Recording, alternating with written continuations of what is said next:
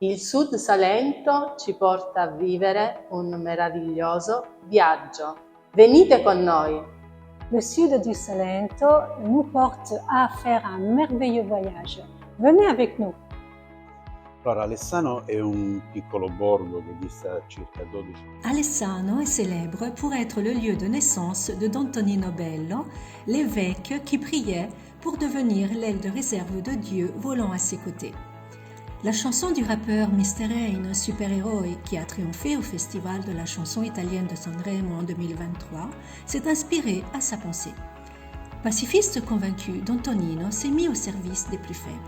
Sa maison natale devant l'église mère et son tombeau, en forme d'amphithéâtre, attire de nombreux pèlerins, faisant d'Alessano la troisième destination touristique religieuse dans les Pouilles, après San Giovanni Rotondo et Monte Sant'Angelo.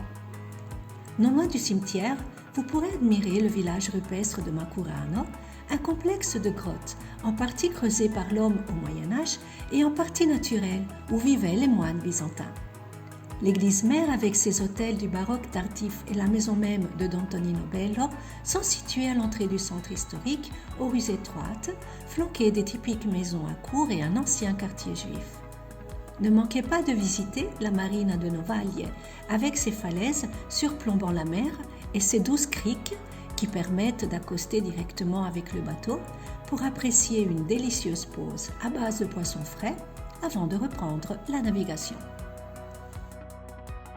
Santa Maria di Leuca e Castigliano del Capo sono il punto più a sud della Puglia e del Salento. Selon les anciens, le monde finissait à Santa Maria di Leuca. Et ici, en admirant la mer depuis la place du sanctuaire, vous pourrez vivre une expérience unique, presque métaphysique. Le regard se perd jusqu'à l'horizon. C'est presque comme toucher l'infini. Nous sommes devant le sanctuaire de Santa Maria di Leuca, construit sur l'ancien temple de la déesse Minerve, où vous pouvez admirer les arches du marché destinées aux pèlerins à la fin de leur voyage. Près du sanctuaire, vous pourrez admirer le phare de Leuca, second phare plus haut d'Europe, entouré de villas très élégantes dont certaines ont été transformées en charmantes maisons ouvertes à l'hospitalité. À quelques kilomètres de l'élégante marina, symbole de la dolce vita italienne, voici Castigliano del Capo avec sa place protégée par Saint-Michel-Archange et Borgo Terra, un village fortifié au cœur de la ville qui ressemble à un souk arabe. Ne manquez pas le village suggestif de Giuliano avec son imposant château et Salignano caractérisé par la tour circulaire. Et pour le carnaval, rendez-vous avec le masque typique, l'Upurgianella, vêtu d'une robe blanche et coiffé d'un chapeau richement coloré, symbole de fertilité. Les excursions aux grottes de Leuca sont inoubliables pour admirer les grottes de l'Adriatique, dont la cathédrale et la Grotta del Soffio, et les grottes de la mer Ionienne. Tout d'abord, la grotte des Tre Porte, symbole de Leuca, et la grotte Porcinara, qui abritait l'ancien temple de Jupiter. Au milieu de l'été, Leuca célèbre la Madone par une procession spectaculaire en mer. Maintenant, nous allons à Corsano pour visiter les magnifiques sentiers du sel. Sì, Corsano è un centro di 5.000 abitanti situato al centro dell'Unione dei Comuni. Le bourg est devenu célèbre grâce aux routes du sel, qui autrefois étaient traversées par des contrebandiers pour récolter le sel de la falaise et qui aujourd'hui sont devenus des sentiers suggestifs pour les voyageurs, les randonneurs et les pèlerins. Le paysage est à couper le souffle.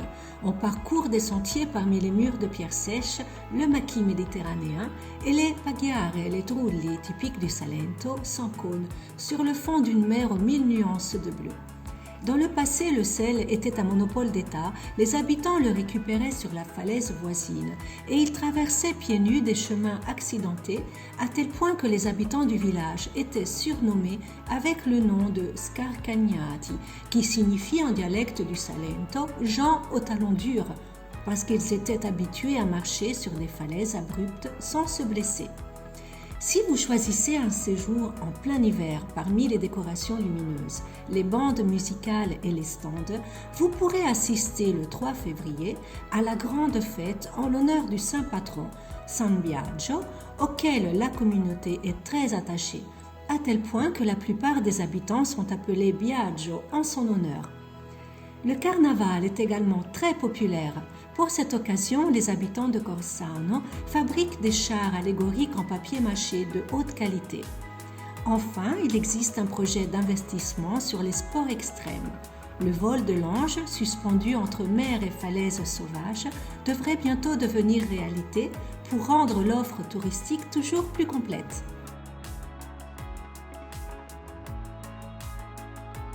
Allons maintenant visiter Galiano del Capo, célèbre pour son superbe canyon qui embrasse la mer. Nous pouvons aussi visiter une église importante qui mérite le détour, c'est l'église mère.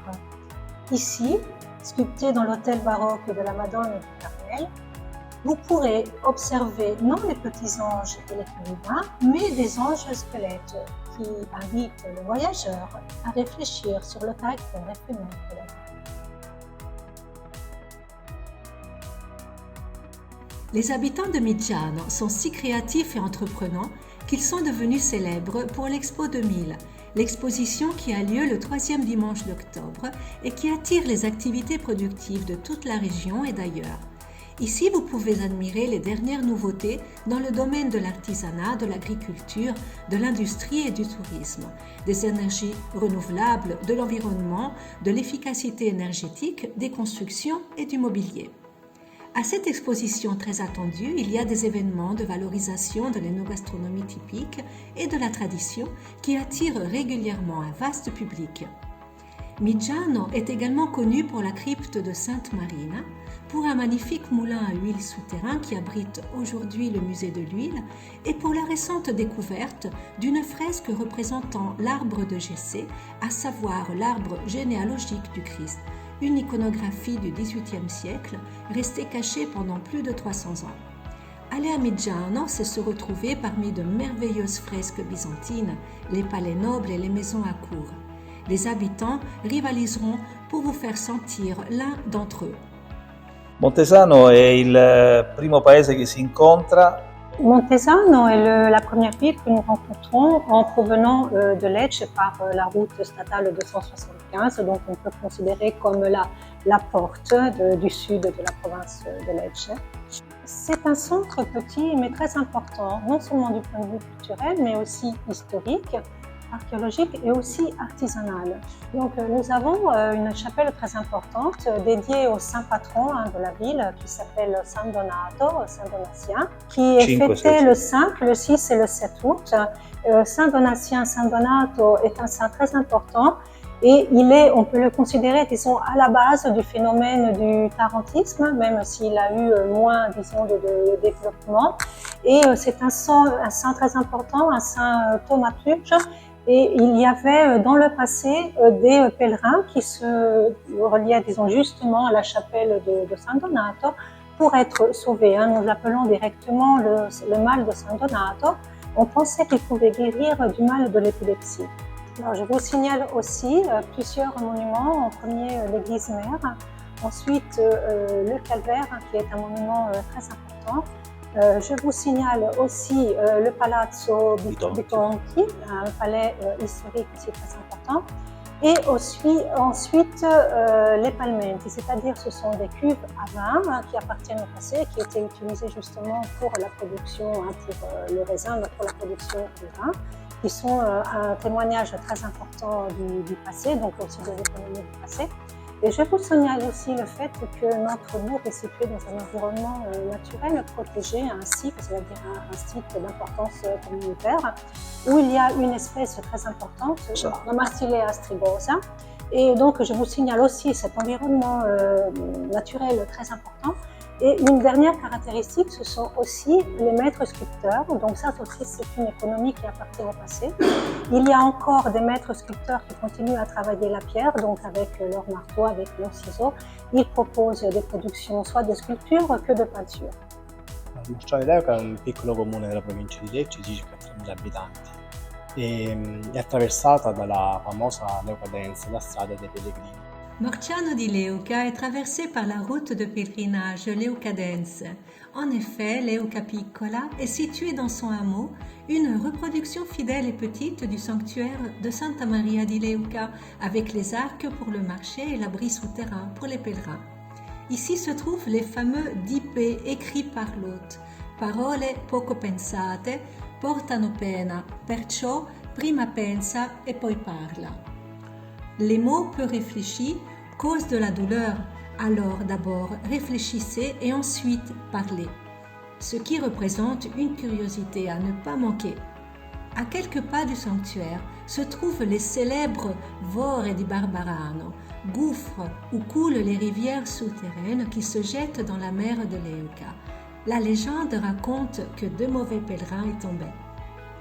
À quelques pas de Morciano se trouve la belle Torre Vado, avec la tour, symbole du port de plaisance, et sa falaise basse sur la mer, là où se trouvent les sources, de vrais baignoires naturelles avec hydromassage que vous pouvez utiliser gratuitement. Les sources d'eau souterraine, en effet, créent un agréable jeu de courant qui restaure l'esprit et le corps. Enfin, une pépite pour les gourmets. La tomate de Morciano a été reconnue produit agricole traditionnel. Les agriculteurs la cultivent dans les terrains et dans des parcelles de terre rouge dominant la mer. Selon les anciennes techniques de culture, les tomates sont arrosées avec des algues baignées dans l'eau de mer, ce qui leur donne une saveur unique, inoubliable.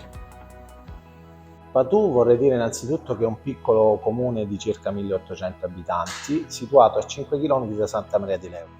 Un arrêt incontournable, Cento Pietre à Patou, un monument funéraire construit en dalle provenant de l'ancienne ville messapienne de Vereto pour honorer le général Gimignano, paladin de Charlemagne, qui au IXe siècle fut tué par les Sarrasins parce qu'il essaya de parvenir à un accord de paix. Son tombeau, les Cento Pietre, est situé en face de l'église de San Giovanni où nous pouvons déceler des traces de fresques précieuses. Patou est petit, mais son histoire est grande. Le palais romano domine le centre. Il fut la demeure de Liborio Romano, célèbre juriste et homme politique du Salento de notoriété nationale. Aujourd'hui, le Palazzo Romano abrite le musée archéologique de Vereto et la bibliothèque de Fineterra. La tour du Fortino, récemment rénovée, témoigne de la période médiévale du village et est la dernière des 4 tours d'angle du château du XVe siècle totalement détruite. Patou s'étend sur la mer avec les belles marinas de Fellonica et San Gregorio, une petite crique naturelle. La charmante baie de San Gregorio, qui prend son nom d'après une tour de guet, était un point commercial stratégique. La partie de l'escalier en pierre de tuffeau remonte à l'âge messapien. La charmante baie possède un paysage à couper le souffle. La falaise descend doucement vers la mer parmi les murs en pierre sèche et le maquis méditerranéen. Parmi les événements les plus évocateurs à ne pas manquer, citons l'exposition florale qui cette année sera célébrée le 2 juin. Tous les citoyens collaborent dans un esprit de communauté pour récolter des fleurs sauvages avec lesquelles sont réalisées le long de la rue principale 12 toiles peintes avec les fleurs. Le travail dure toute la nuit et le matin, des milliers de visiteurs arrivent dans le petit centre du Salento. La nuit blanche est également très attendue et cette année, elle se déroulera le 22 août. Musique, spectacles, artisanat local, expositions et événements culturels, activités pour les enfants et les adolescents font de la Notte Bianca à Patou un événement unique qui attire des visiteurs du monde entier. Ci troviamo nel nostro comune di Presiccia Acquarica. Presiccia Acquarica est une municipalité qui a été récemment créée, c'est-à-dire en 2018, à travers l'union de ces 2 municipalités, Presiccia et Acquarica del Capo.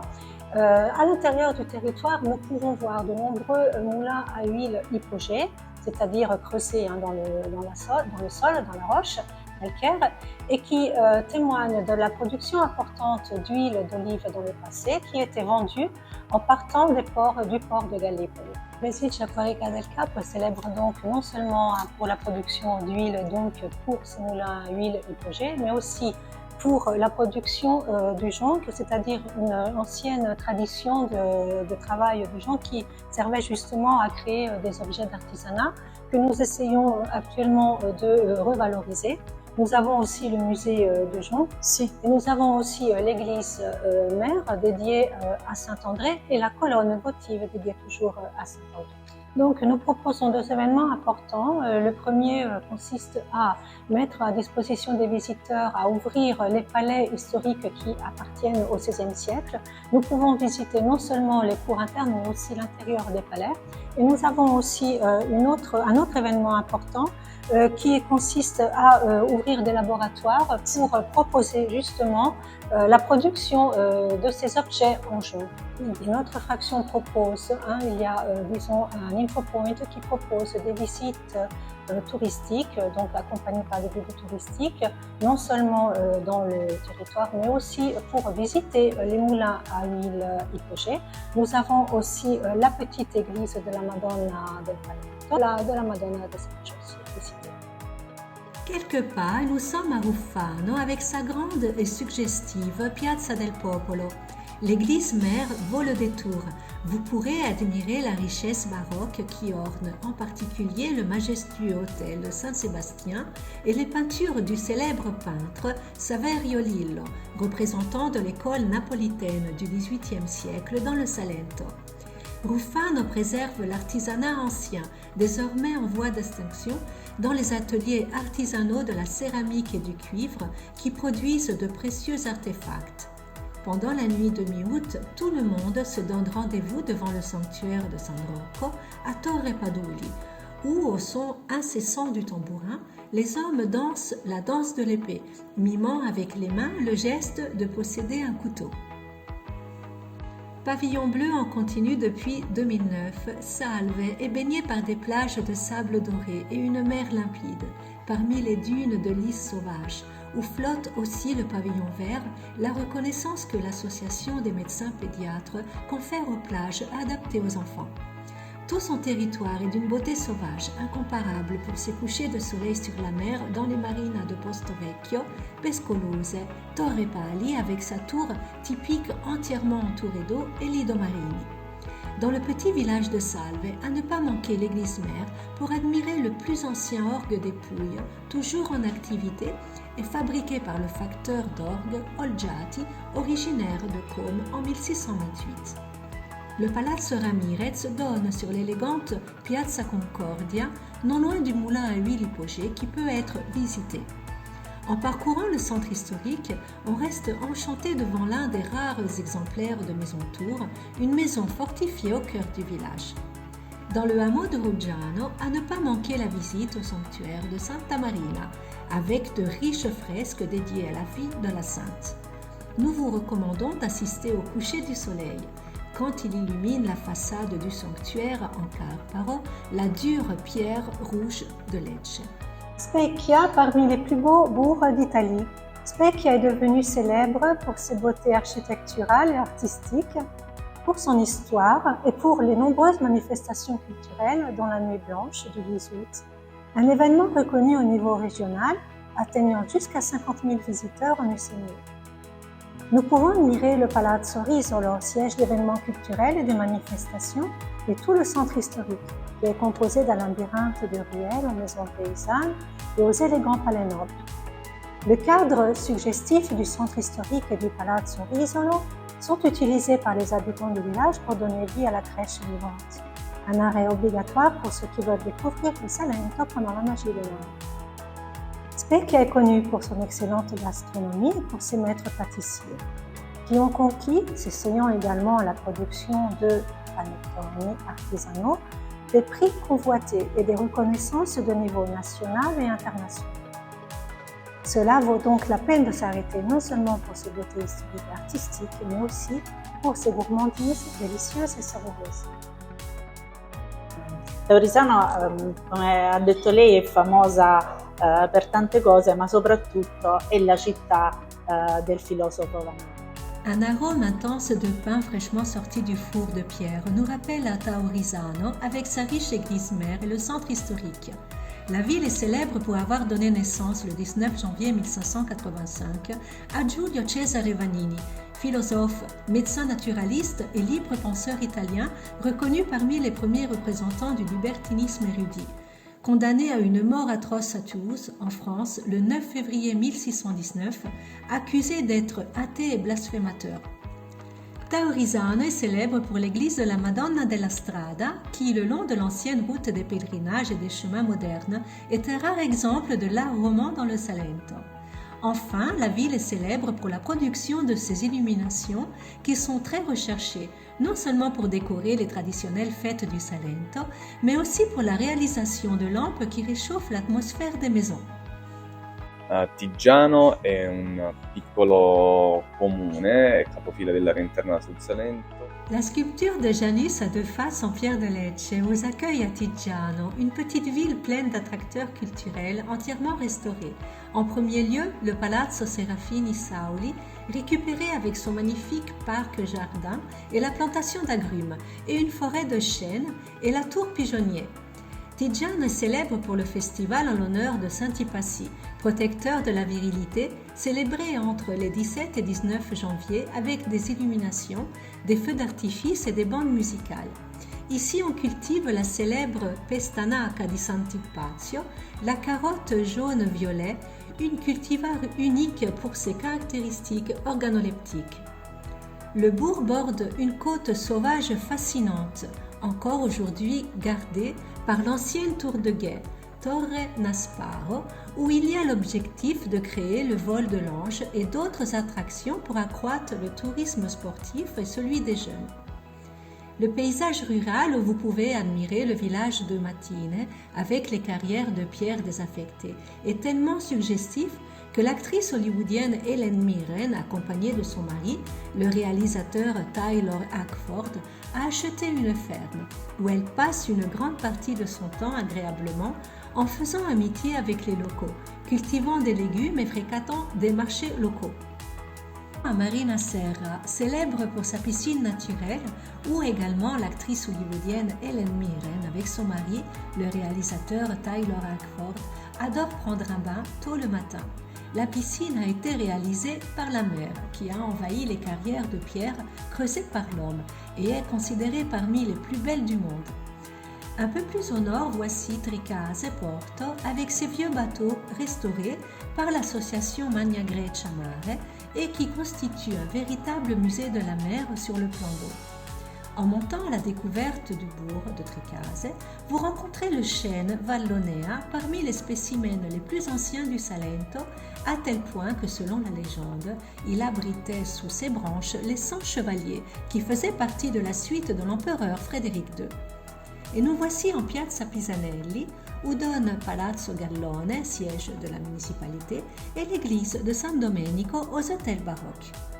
Tricase aussi, avec son hameau de Lucugnano, est l'une des villes de la céramique et est entourée de 5 châteaux surplombant ces hameaux.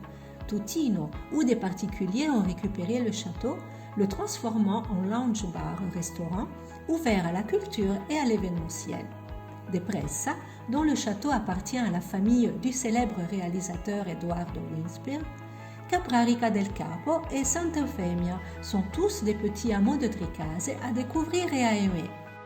Sì, Ugento è una cittadina che conta 33.000 posti letto. Pavillon bleu depuis 2 ans, Ugento est considérée comme la ville du tourisme du Salento par excellence avec le hameau de Gemini et les marinas de Torre San Giovanni, Torre Mozza et Lido Marini. Avec ses 33 000 lits et un produit intérieur brut de 253 millions d'euros développé par les entreprises touristiques, Ugento est la 3e destination touristique des Pouilles. La petite ville abrite d'incroyables trésors d'art. À partir du nouveau musée archéologique, où vous pourrez apprendre que le centre à l'époque romaine était une importante ville messapienne. En effet, la statue de Zeus du VIe siècle avant Jésus-Christ a été trouvée ici. En bronze et haute de 74 cm, elle incarne la beauté et le style du peuple messapien qui habitait le Salento avant la conquête des Romains. Sa copie fidèle est conservée au nouveau musée archéologique avec des découvertes précieuses, telles que la trozzella, avec laquelle les femmes messapiennes puisaient l'eau des puits. Des jouets pour les enfants et un important trésor, constitué d'anciennes pièces d'argent, dont certaines ont été frappées à Ugento, ce qui certifie l'intensité et la fréquence des échanges commerciaux dans le monde antique. À admirer également le musée diocésain qui abrite des trésors d'art sacré de haute qualité et le parc régional d'Ugento où poussent les pins et le maquis méditerranéen où on peut admirer les hérons qui s'arrêtent dans les bassins. Le parc longe des plages de sable blanc très fin baignées par une mer claire et cristalline. La municipalité encourage le tourisme des racines, un projet voulu par l'Association des communes d'Italie qui a pour objectif de faire visiter les villages de l'Italie par les descendants des émigrés italiens qui s'installèrent en Amérique ou en Europe pour des raisons professionnelles. Leurs petits-enfants et arrière-petits-enfants souhaitent aujourd'hui découvrir leurs origines. Enfin, pour désaisonnaliser, Ugento accueille de grands événements sportifs. Parmi le slow tourisme, le parfum du pain fraîchement cuit, les villages brodés de pierre, les événements et les fêtes traditionnelles, le sud du Salento vous attend pour vous faire vivre toute une gamme d'émotions. Tout est encore à découvrir.